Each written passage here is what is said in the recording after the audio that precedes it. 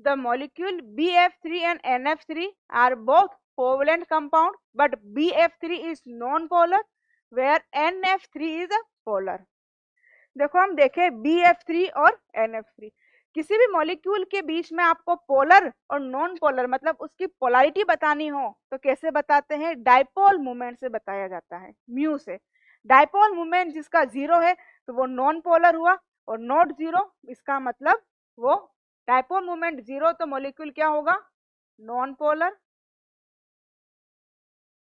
और mu is equal to not 0 मतलब molecule होगा हमारा पोलर। यहां हम देखें तो BF3, B, F, F और F, BF3 की हम बात करें तो यहाँ पर क्योंकि तीनों के तीनों F क्या है? एक ही प्लेन में प्रेजेंट है और 120 डिग्री पर एक दूसरे को रिप्रेजेंट करते हैं, तो इसका नेट डाइपोल मोमेंट इसका क्या हो जाता है? 0। ज्योमेट्री क्या है इसकी? क्योंकि ट्राइगोनल प्लेनर ज्योमेट्री है। वहीं हम NF3 की बात करें तो N,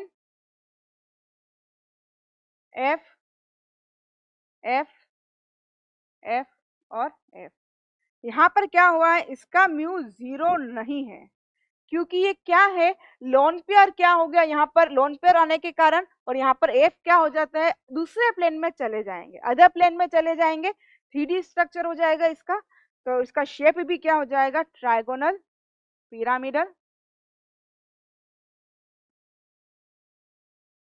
शेप क्या होगा इसका? ट्राइगोनल पिरामिडल, और ये एक दूसरे को कैंसल आउट नहीं करेंगे, तो इसका डाइपोल मूवमेंट जो है वो 0 नहीं होगा NF3 का।